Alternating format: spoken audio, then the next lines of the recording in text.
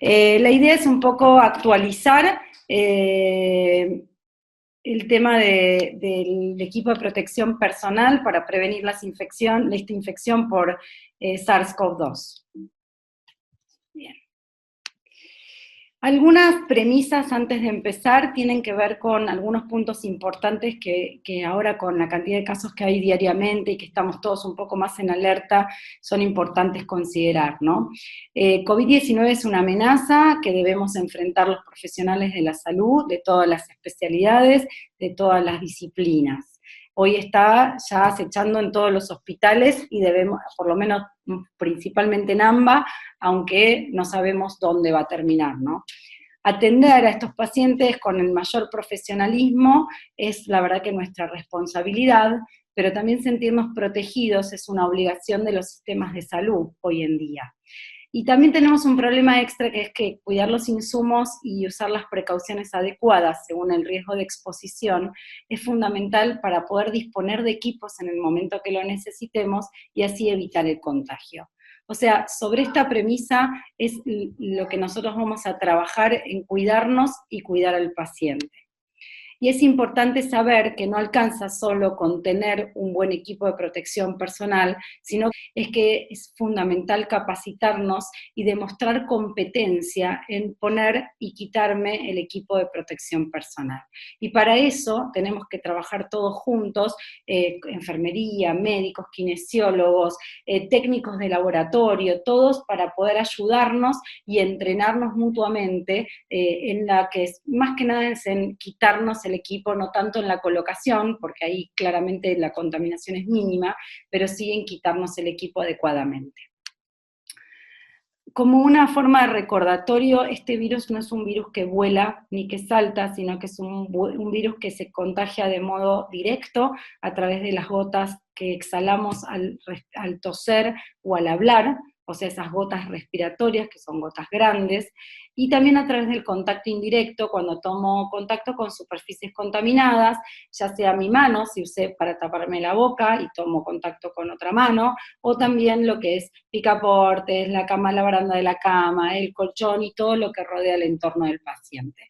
Esas son los principales modos de transmisión. La realidad es que nosotros coronavirus conocemos hace un montón, desde el área de infectología, y que yo fundamentalmente ahora hago control de infecciones, sabemos cómo prevenirlo, sabemos cómo prevenir influenza, y la realidad es que esos son los mecanismos en los que se transmite el virus. Después vamos a medir, igual vamos a hablar de las precauciones especiales bajo determinados procedimientos. En esto se basa el equipo de protección personal que vamos a utilizar para estos pacientes, en lo que se llama precauciones estándares, que son los que cambiaron la historia de las enfermedades infecciosas y la transmisión hacia el personal de salud.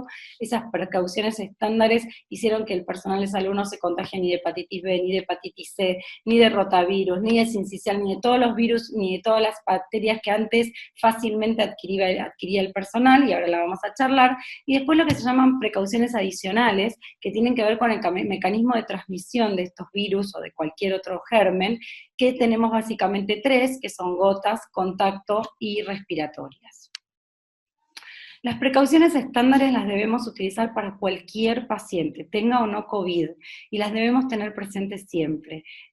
Fundamentalmente son estas 6, que es la higiene de manos, el uso de guantes y camisolín cuando voy a tener contacto con fluidos, secreciones o excreciones de los pacientes, independientemente de su estado de salud, el uso de antiparras y barbijo de quirúrgico cuando sospecho o anticipo salpicaduras, el tema del manejo adecuado de elementos cortopunzantes, el no reencapuchar una aguja, el manejo adecuado de residuos patogénicos, la desinfección y esterilización del instrumental, y la limpieza y manejo de ropa, vajilla y superficies. Esto se aplica a todos los pacientes, a todos los que tengamos internados en el hospital. Un mínimo recordatorio, porque no podríamos hablar de equipo de protección personal si no hablamos de higiene de manos antes. Hay 5 momentos que debemos cumplir siempre, que es antes de tocar al paciente, antes de realizar una tarea limpia o aséptica, después del riesgo de exposición con fluidos corporales, después de tocar al paciente y después de tocar el entorno del paciente. Esto que parece sencillo, yo el resumen de cuándo me tengo que lavar las manos es siempre. Siempre hay que lavarse las manos, higienizarse las manos, porque es lo que va a realmente cortar la cadena de transmisión de lo que haya tocado con respecto a mi persona, ¿no? Y fundamentalmente, que no es menor, es la técnica con la que me lavo las manos. Yo ahora trabajo en el Hospital Austral, trabajé durante muchos años, casi 18 años, en un hospital público de la capital federal, y la realidad es que uno ve que hay una deficiencia, ya sea en cualquiera de los entornos, hay una deficiencia en la técnica de higiene de manos. Creemos que hacer este movimiento es lavarse las manos, y claramente es ahí donde relajamos una medida básica, que es lavarnos las manos entre procedimiento que haga, cuando me saco el equipo de protección personal, cuando tomo contacto con el paciente, o incluso imagínense si se les rompe un guante atendiendo a un paciente, es realmente la higiene de manos lo que va a prevenir que me contagie de lo que haya tocado. Entonces, recordar y trabajar mucho en la técnica de higiene de manos, que la técnica no importa el orden de los momentos, sino que importa que me limpie toda la superficie de las manos, por lo menos debe durar 20-30 segundos, o sea, hay que ver realmente que estemos haciendo la técnica correcta, y eso es una medida básica que nos va a prevenir en esta época de COVID y en cualquier otra época o cualquier otra pandemia que llegue. Estas medidas adicionales que hablamos al inicio tienen que ver básicamente con la evaluación del riesgo y qué equipo de protección usar. La pregunta siempre es ¿cuándo y qué me tengo que poner? Y eso tiene que ver con tres cosas. Principalmente el modo de transmisión de la enfermedad, que dijimos que es a través de gotas y a través del contacto. El tipo de interacción que voy a tener con el paciente, no es lo mismo que yo vaya a controlar una bomba de perfusión o una bomba que vaya a tocar al paciente o que vaya a intubarlo, son tres situaciones diferentes, y también tiene que ver con la cantidad del fluido corporal que se generará cuando yo tomo contacto con este paciente. Estas tres cosas, esto lo propone la OPS, y creo que es fundamentalmente las preguntas que nos tenemos que hacer si uno quisiera reflexionar sobre el uso del equipo de protección personal. Esto no ha cambiado desde que inició la pandemia y no ha cambiado para este virus que tiene esta forma de contagio, que es que cualquier paciente que sea sospechoso o confirmado de COVID-19, uno debe aplicar precauciones estándares, medidas de contacto y gotas, y cualquier caso sospechoso o confirmado de COVID-19 y voy a hacer un procedimiento generador de aerosoles, tengo que usar precauciones estándares, contacto y precauciones respiratorias aéreas. Ahora vamos a extendernos un poquito en cada cosa. Los principios generales del uso del equipo de protección personal tienen que ver con la higiene de manos, realizarla siempre, retirar y reemplazar cualquier insumo dañado o roto de tan pronto como uno se dé cuenta que está dañado o roto, retirar todo el equipo de protección personal lo antes posible después de completar el cuidado y evitar contaminar el medio ambiente fuera de la sala de aislamiento.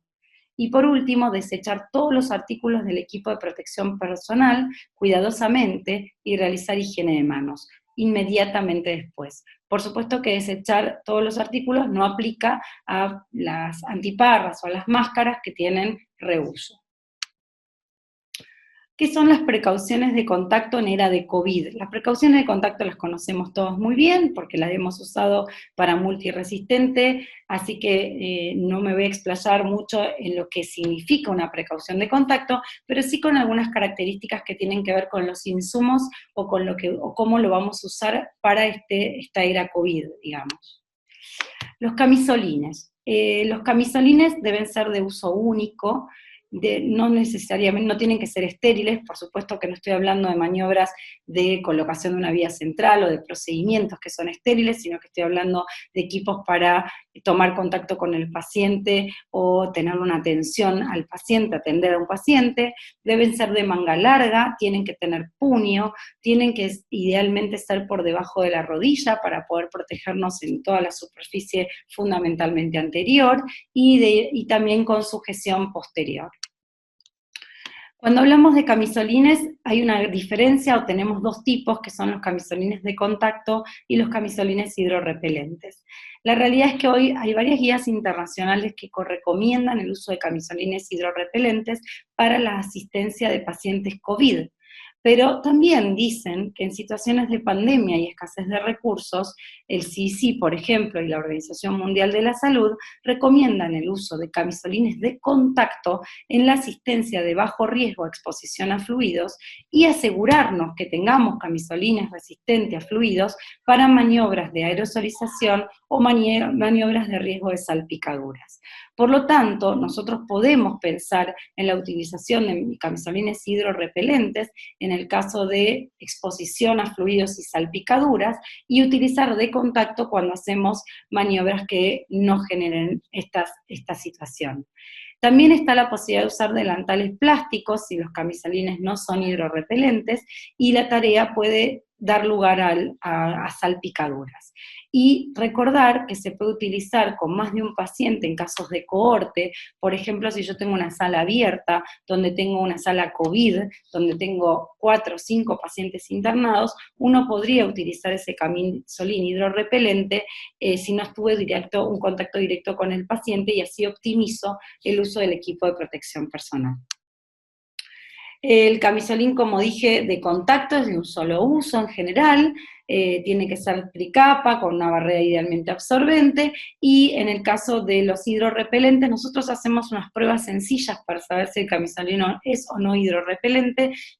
Tiramos agua, en el buen sentido, y vemos si pasa, lo hacemos varias veces, y también lo que estamos probando y hemos hecho son pruebas para reutilizar estos hidrorrepelentes, ya que son caros y ya que son bastante gruesos, y cuando uno hay de distinta calidad, pero si hay algunos que son gruesos, de buena calidad y bien hidrorrepelentes, son como una bolsa bien gruesa. En ese caso hemos probado lavarlos al lavarropas. Sabemos que el COVID a 60, 70 grados por 30 minutos deja de existir, muere claramente. Entonces hemos hecho prueba con lavado, y mientras que conserve la forma y la hidrorrepelencia, uno podría hacer, por ejemplo, un uso y 2 reusos de ese camisolín, con sumo cuidado en el protocolo de manipulación y de lavado de esto.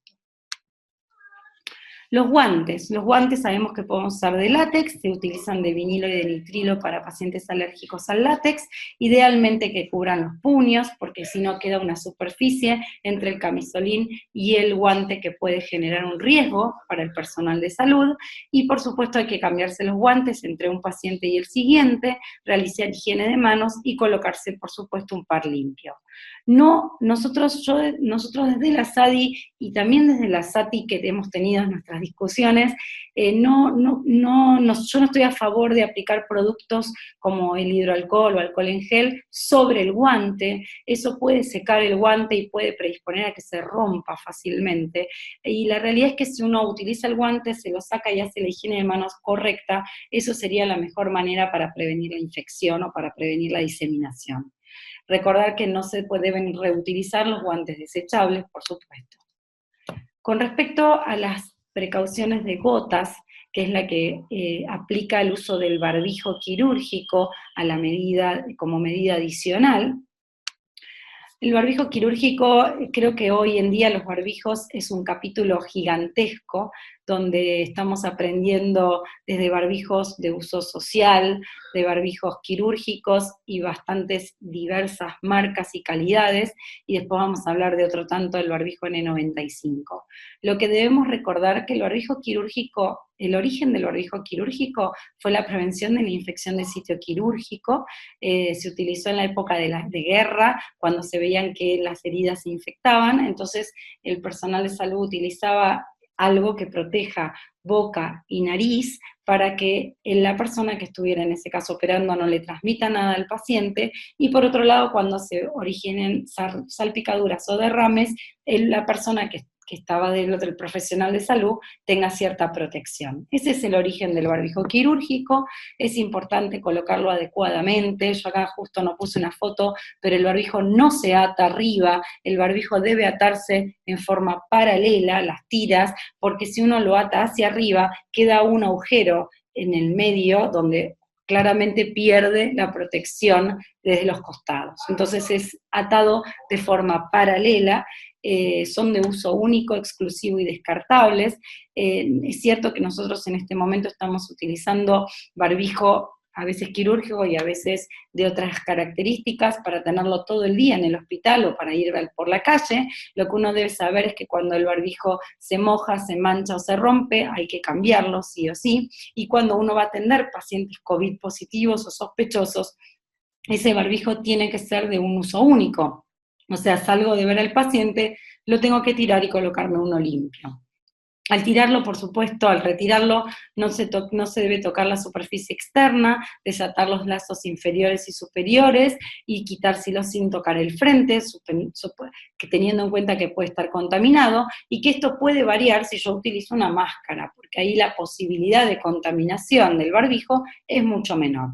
Todos los pacientes sospechosos y confirmados de COVID deben usar barbijo quirúrgico al salir de la habitación o traslado del hospital. O sea que si yo voy a trasladar a un paciente, por supuesto que no esté intubado, y es COVID positivo o sospechoso, el paciente debe utilizar barbijo. ¿Y por qué se usa esto? Acá podemos verlo en la figura. En general, cuando uno utiliza este barbijo, como yo les decía, evita la diseminación de microorganismos normalmente presentes en la boca, en la nariz y garganta. Sabemos que este virus, cuando uno tose, cuando uno habla, elimina esas gotas que pueden contener el virus. Entonces, cuando uno coloca un barbijo en el paciente y aparte colocamos un barbijo en el personal de salud, minimizamos mucho la posibilidad de contagio. O sea que suma protección al usuario en la inhalación de partículas, siendo generalmente el aire en el interior del barbijo de 1,5 a 3 veces más limpio que en el exterior, y durante la exhalación protege a la salida de partículas entre 3 a 8 micras.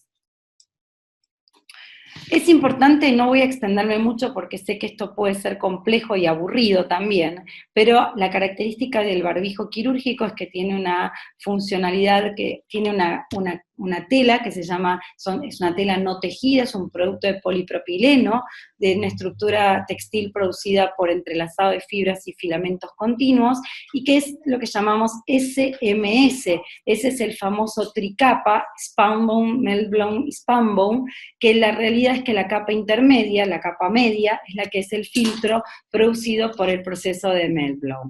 O sea que el barbijo quirúrgico tradicional, el que está avalado por ANMAT o que tiene un sello ANMAT, es el que tiene tricapa, donde tiene un filtro en la capa intermedia que hace que proteja más. Y el gramaje en general es de 18 gramos la capa interna, 25 la media y 25 la externa. La capa externa protege las salpicaduras y la capa interna es un filtro. Y la capa media es un filtro y la capa interna es que protege estas mojaduras o que se moje frecuentemente. Recordar que este barbijo tiene que tener cierta facilidad para que uno respire y lo pueda tolerar un tiempo prudencial. Con respecto al barbijo N95, es el que utilizamos para disminuir o reducir el riesgo de inhalar partículas peligrosas en el aire. En la indicación de su uso en pacientes con aislamiento respiratorio, lo usamos y seguimos usando para tuberculosis, para otras enfermedades de origen viral que se transmiten por vía respiratoria, como el sarampión, y el aislamiento de gotas ante maniobras que generen aerosoles. Y esto es lo que se amplía en el caso de COVID, que con maniobras que generen aerosoles debemos usar un barbijo N95. ¿Y cuáles son estos procedimientos? Es la broncoscopía, la resucitación cardiopulmonar, todas las formas de ventilación no invasiva, la intubación, la ventilación manual, el esputo inducido y la toma de muestra respiratoria, aspiración abierta y las necropsias. La máscara N95 generalmente no se recomienda para el uso del público, se debe reservar exclusivamente para el personal de salud. Realizar verificación del sello cada vez que se usa, cada vez que nos colocamos un barbijo N95, que se debe colocar primero, obviamente cuando está limpio y no cuando lo estamos reusando, que ahora lo hablamos, pero si es el primer uso, lo agarramos por la parte externa, lo colocamos, pasamos primero la tira inferior, luego la superior, y hacemos la prueba de fuga, que es exhalar fuertemente para ver que no salga aire alrededor del barbijo, o inhalar con fuerza para ver que colapse. Entonces, de esa manera nos aseguramos que el barbijo está sellado en nuestra cara y no va a haber fugas. No están diseñados estos barbijos para niños y ya se ha visto que en personas con vello facial, que el sellado no es tan hermético, digamos, o no es tan protectivo por la presencia de este vello en la cara.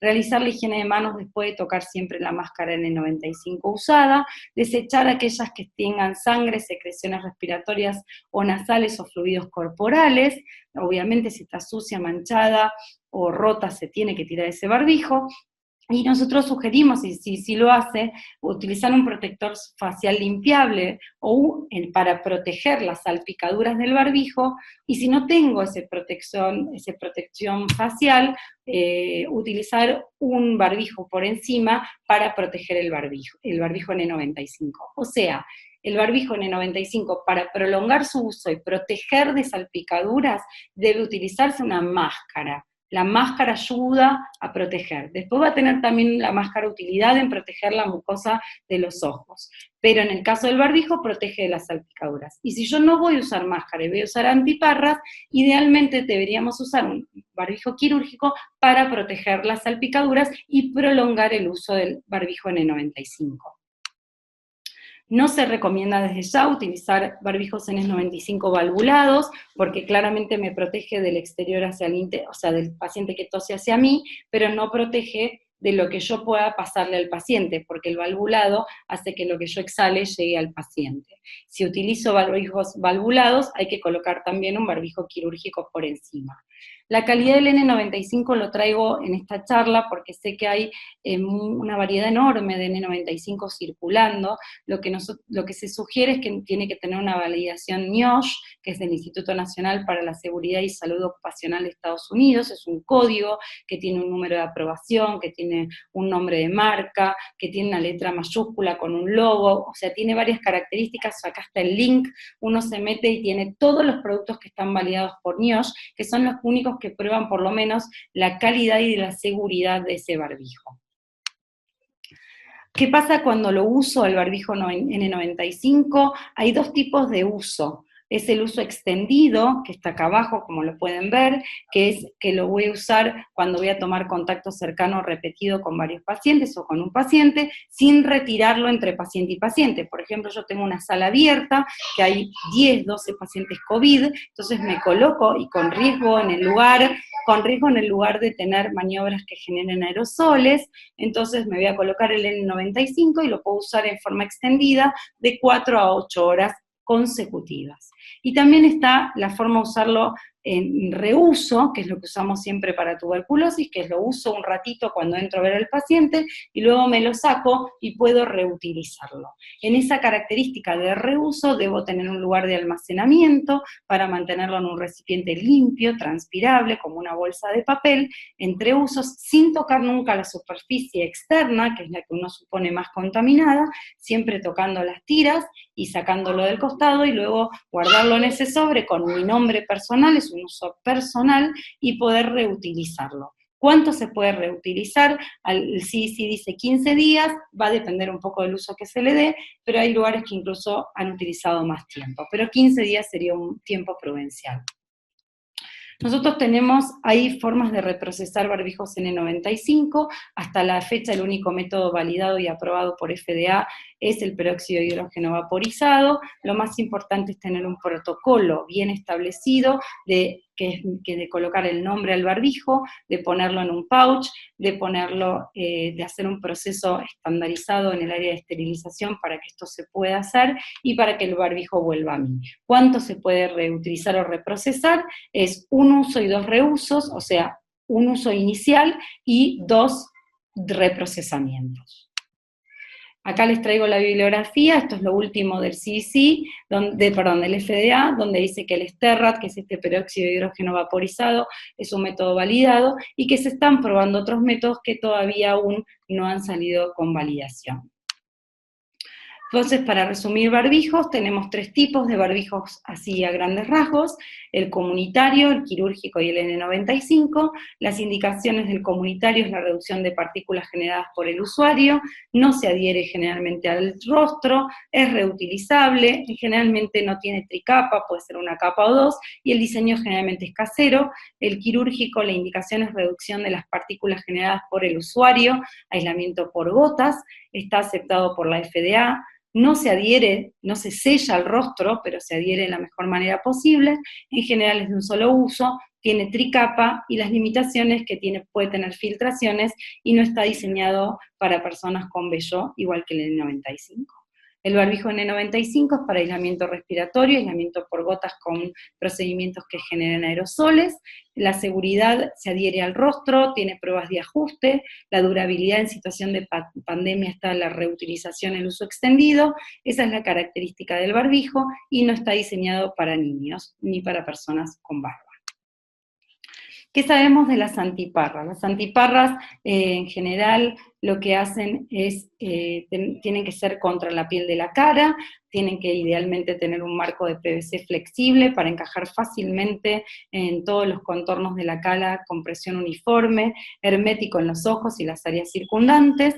Tenemos estos lentes de plástico que en general se podrían utilizar cuando hay muy baja riesgo de exposición a fluidos, pero en el caso de aerosolización o exposición a fluidos real, lo que sugerimos o lo que se sugiere es tener uno como las antiparras inferiores, que son transparentes, antiempañantes, que se sellan bien a la superficie de los ojos.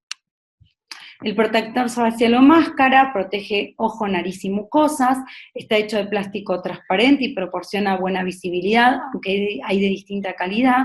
Tienen que ser ajustables, sujetables firmemente, pero cómodos, idealmente tienen que llegar hasta el cuello y tapar hasta toda la superficie de la cara, hasta la oreja, o sea, antes que termine la oreja, antiempañable, fácil de limpiar, se reserva generalmente para proteger a la exposición de fluidos y colabora, como dijimos, con la reutilización del N95. Con respecto, entonces, para resumir lo que es gafas o lentes y la máscara, ambos tienen la misma función, que es proteger la mucosa de los ojos del contacto directo, ¿sí? De fluidos y de que nosotros nos contagiemos. La máscara aporta una protección adicional, que es la del N95, para evitar las salpicaduras en el barbijo, ya sea quirúrgico o N95. La máscara no es la misma protección que un barbijo, y eso es como concepto importante. La máscara y las antiparras son las que se relacionan con la protección ocular y de mucosa, y el barbijo fundamentalmente de la nariz y la boca. Las botas y las cofias, la realidad es que no están recomendadas por la OMS, su uso es muy controvertido, pueden tener lugar para los momentos de mayor exposición a fluidos o a maniobras de aerosolización. Ojo claramente al retirarlas para no contaminar sus manos y después recordar realizar higiene de manos inmediatamente luego de retirar botas y cofia. No sería necesario utilizar las botas si tengo calzado impermeable. La cofia generalmente es cuando la persona tiene pelo largo, y la realidad es que las botas y las cofias es de un solo uso. Volvemos al cuadro inicial para resumir qué tengo que usar cuando voy a ver un paciente COVID positivo. Recordar el tipo de interacción, el modo de transmisión y la cantidad de fluido corporal que se va a generar cuando tomo contacto con ese paciente. Y entonces esto lo hicimos desde SADI, me parece que sí, está bueno para compartirlo.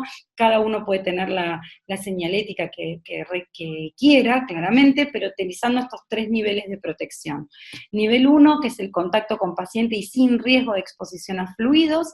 Ahí vamos a usar protección ocular a menos de 1 metro de distancia del paciente, barbijo quirúrgico, camisolín de contacto y guantes. Esto siempre hablamos de casos sospechosos o confirmados de COVID. Si yo estoy en un contacto nivel 2, que es un contacto con paciente y riesgo de exposición a fluidos corporales, tengo que usar protección ocular, barbijo quirúrgico, camisolín hidrorrepelente, guantes y botas en caso de salpicaduras. Recordar que la protección ocular se puede dar ya sea por antiparras o máscara facial. Y el nivel 3, en maniobras que generen aerosoles, debido a que las máscaras son tan heterogéneas, nosotros sugerimos usar máscara facial más protección ocular, o sea, la máscara y la protección ocular, el barbijo N95, camisolín hidrorrepelente, guantes y botas o cubrecalzados en áreas donde se generen muchos fluidos o en maniobras, por ejemplo, como de alta aerosolización o en maniobras de intubación.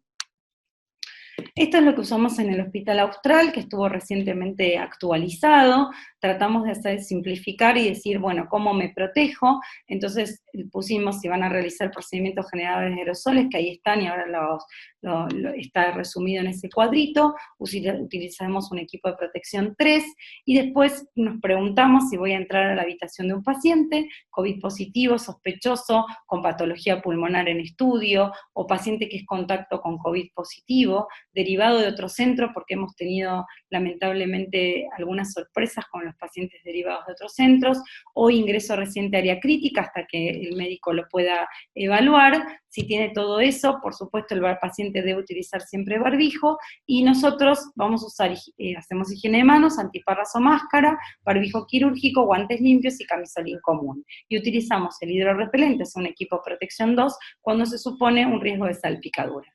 Y si no cumple ninguna de estas características, higiene de manos y barbijo quirúrgico, barbijo personal, el que usa el personal de salud durante todo el día, y cuando tenemos exposición a fluidos, es lo que habíamos comentado de las precauciones estándares. Colocarse y retirarse el equipo de protección personal dijimos que es importante y es valiosísimo. Esto lo propone el CDC, no es algo nuestro, sino que ya es algo que heredamos del CDC y que estaba previo a la pandemia, claramente. Colocarlo es en un orden fácil de camisolín, barbijo, máscara o antiparra y guantes, y el retiro del equipo de protección personal es lo que es más complejo. Lo que nosotros sugerimos es hacer un checklist de retiro con ayuda de un operador externo, de un monitor externo, para que colabore en la seguridad del retiro del equipo. Hay varias formas, hay técnicas en un paso y 2 pasos cuando retiramos guantes y camisolín.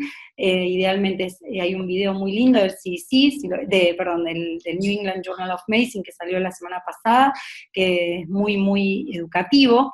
Acá hay un tema que es importante recalcar, que en el caso de intubación, se está utilizando doble guante, por también una maniobra para sacar cuando uno utiliza el laringo, así que este procedimiento es con un solo par de guantes, lo mismo que en el caso de los videos que hay de New England Journal o del CDC. Entonces, recordar que si uno agrega un par de guantes extra, esto hay que ordenarlo nuevamente.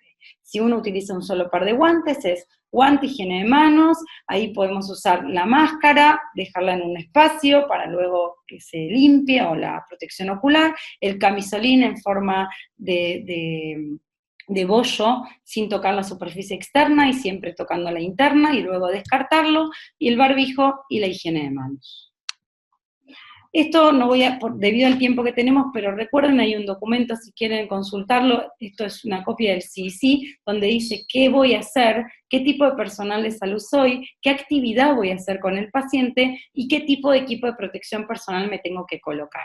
Y ahí tiene que ver con el personal de salud, que va a tener o no maniobras de generadoras de aerosoles, como comenté, personal de limpieza, qué hacemos con los familiares, que en realidad no debería haber ningún familiar, pero en el caso de que no haya otra opción o y que no pueda estar el paciente solo por alguna razón, tenemos que cuidar también al familiar.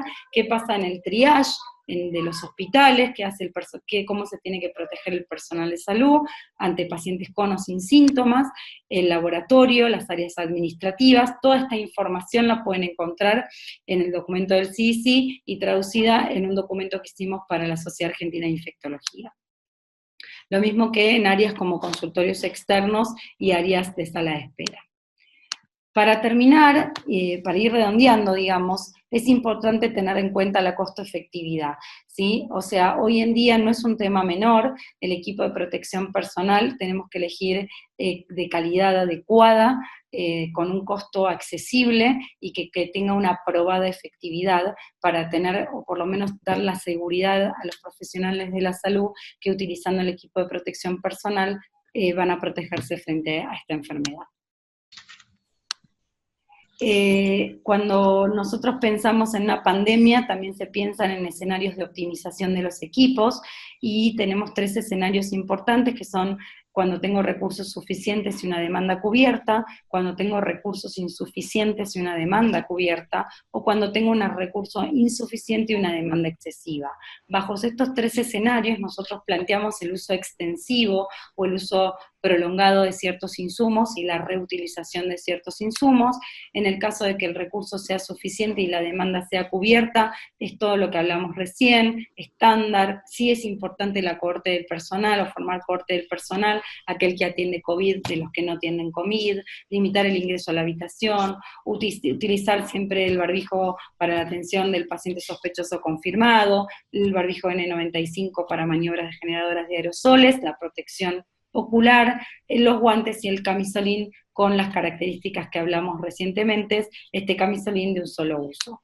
Cuando los recursos son insuficientes y la demanda está cubierta, recordar o empezar a tener estrategias de reutilización o reesterilización de N95, tratar de prolongar el uso del barbijo quirúrgico utilizando una máscara facial para evitar que se ensucie, el camisolín, ver estrategias de lavado de camisolín hidrorrepelente, y si no se pone de los camisolines hidrorrepelentes, considerar el uso de delantales para protegernos de las salpicaduras, y en caso de cohortes abiertas, utilizarlo para examinar a todos los pacientes de la cohorte. Y por último, el escenario que no querríamos llegar, que es cuando hay recursos insuficientes o demanda excesiva, todo lo que hablamos previamente, y está la aparición de estos mamelucos, que yo no hablé mucho del mameluco, porque la verdad es que mameluco lo que se ha dicho o se ha promocionado, generalmente el mameluco se usa para la fumigación o para la utilización de tóxicos, y es para lo que se crearon los mamelucos. Los mamelucos después se están utilizando ahora para riesgo biológico. La realidad es que estuvimos investigando mucho en esto de mamelucos, hay muy pocos que dicen y hablan de prevención frente a riesgo biológico, sí muchos que hablan sobre prevención frente a riesgo tóxico, pero estos mamelucos salen al mercado como de un solo uso. Entonces, realmente, cuando uno piensa en reutilizarlos o de hacerle un uso extendido, la bibliografía es muy poca y la evidencia es muy poca. Entonces, hoy el mameluco estaría en un escenario como este, con recursos insuficientes, con demanda excesiva, sería de uso o un hospital COVID, como mencionó Sebastián hace un rato, que nosotros tenemos y el lunes se inaugura o se hace la apertura de un hospital COVID. Entonces uno podría tener un equipo que lo protege durante toda la jornada para estar dentro de ese área y que luego debería descartarse. La utilización de productos como pulverizadores o como lavarropas para lavarlo, la verdad que no está avalado por la gente que hace el producto, y la verdad que no tendríamos que buscar la forma de asegurarnos de que eso queda en condiciones óptimas. En resumen, tenemos que tener en cuenta que los casos sospechosos de confirmados o confirmados de COVID-19 que requieren admisión a un área, cualquier área del hospital, sin procedimientos que generen aerosoles, que es esto del medio, higiene de manos, camisolín, barbijo quirúrgico, antiparras o protección facial y guantes, y en el caso de casos sospechosos o confirmados y hagamos procedimientos generadores de aerosoles, el barbijo quirúrgico se reemplaza por un barbijo N95. El triage, si no va a tener contacto estrecho con un paciente, con higiene de manos y barbijos quirúrgico alcanza, y para la toma de muestra respiratoria, aspirado nasofaringio y todo lo que estamos usando, o el hisopado nasofaringio, se utiliza un equipo de protección personal 3. Por último, capacitar y entrenar. Capacitar y entrenar no es menor, nos tenemos que juntar, nos tenemos que unir. Nosotros en el caso del Austral tuvimos mucho apoyo de la terapia intensiva, del equipo médico y del equipo de enfermería en el entrenamiento del personal. También hubo apoyo de los anestesiólogos y de muchas áreas involucradas en ayudar y en colaborar en que las cosas las hagamos bien. Y eso es un mensaje importante, que más allá del equipo que tengamos, el equipo de protección personal, es fundamental el equipo interdisciplinario, el equipo humano con el que nos rodeamos, para ayudarnos a evitar, ayudarnos a no cometer errores en esto que es tan complejo como sacarnos el equipo de protección personal. Muchas gracias.